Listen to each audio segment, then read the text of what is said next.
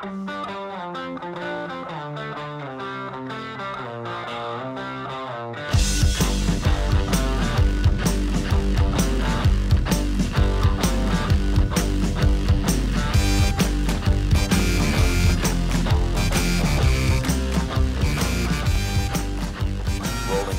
the postseason with the men's soccer team is head coach Ken Lola. I'm Sean Moth. We appreciate you joining us as we sit here with the Big East Red Division regular season trophy between us. And let's go back to the conference tournament. It was an opportunity to play a home game against a very good Marquette team with an outstanding record in a league that has proved to be the best in the nation.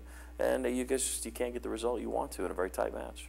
It was a good match. I thought we played very well on the day. We created as many chances in that game as we had all year, and their keeper had a good day, and a couple of chances we just didn't take care of. But you know, having 19 shots, 11 on goal, and their keeper having a big game, I thought we played well. I thought we did a lot of things right, and the difference in the game was simply an own goal, which again, we'd love to have back. But you know, Marquette's a good team, and obviously seeded as well in the tournament. So all in all, we felt like we played well and just didn't get the result. As a teacher and a coach, during the regular season, we sit here and talk, and it's always about process. You get to the postseason, and eventually it has to be about winning. Is there a change for you as you get into the postseason philosophically, or are you confident that if the process is there, the wins will take care of themselves? Well, I think it's no different than when we play in a regular season. The results matter. There's no question about it. You know, when you're playing for a Red Division championship, every game matters, and you're playing for results.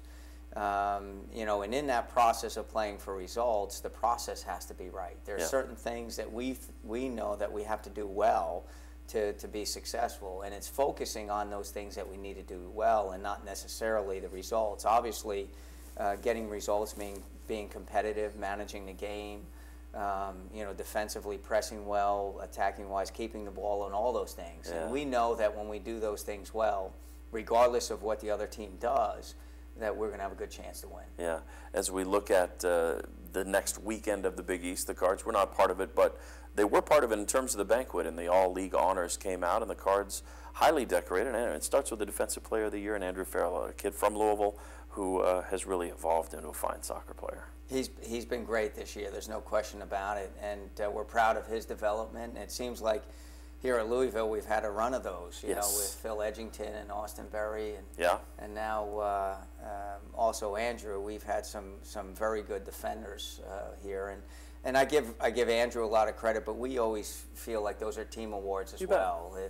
If we don't win a Red Division, he may not be the Defender of the Year, and it takes a lot of guys to help raise him up to that level. And then included with those lot of guys, Marlon Hairston was on the All-Rookie team.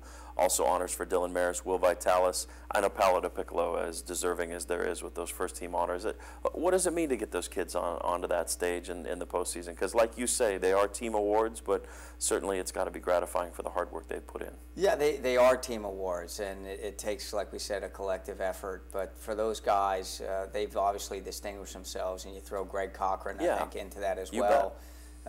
They've all distinguished themselves, and you know, they distinguish themselves first and every day in our trainings. You know, those guys that are honored are clearly day in and day out are better guys, and you know, it's what we tell them, that those honors and those achievements will take care of themselves when you get the habits right every single day. So we're proud of their growth. We're proud of how they represent us, the university, as well as the program, and they're all well deserving of the awards. It's a good problem to have when the host can't even remember, because there's so many guys that were honored. I joke that if ESPNU wanted a coach to talk about the bracket as the selection was made, who was familiar with more teams than anybody else, it would be you. I mean, the regular season schedule literally looks like the bracket. You challenged yourselves, and now selected as the 10 seed, the ability to get a bye in the first round, host that second round match, which will be Sunday against Winthrop. Also has to be gratifying, and that's all part of why you went through that process. The regular season, in a large part, is putting yourself in the best position possible at the end of the year for the NCAA tournament.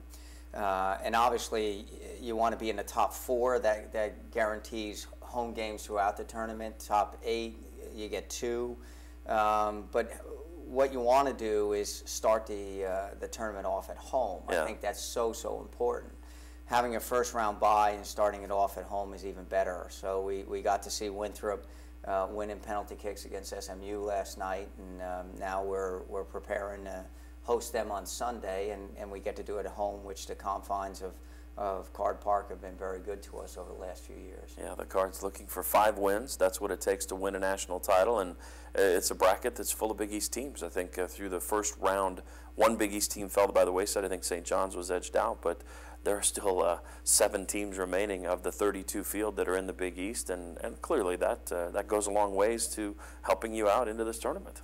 It does. It does. Having 3 of the top 4 seeds and 5 of the top 10 says a lot about our conference this year, and it continues to grow, continues to get better, and again, it's part of why we're where we're at is because we play in the best conference in the country, and even our non-conference schedule is one of the best in the country. Yeah, and that speaks to how difficult it was to capture this. So a lot to watch out for. Sunday night, we need to have you at Cardinal Park and cheer on the men. Great way to kick off Thanksgiving week. We hope you do that with us. Coach, best of luck to you and the team. Thanks for your time. Thank you, Sean. For Ken Lola, I'm Sean Moth. We'll see you at Card Park, and then we'll talk to you next week. It'll be right here on CardsTV.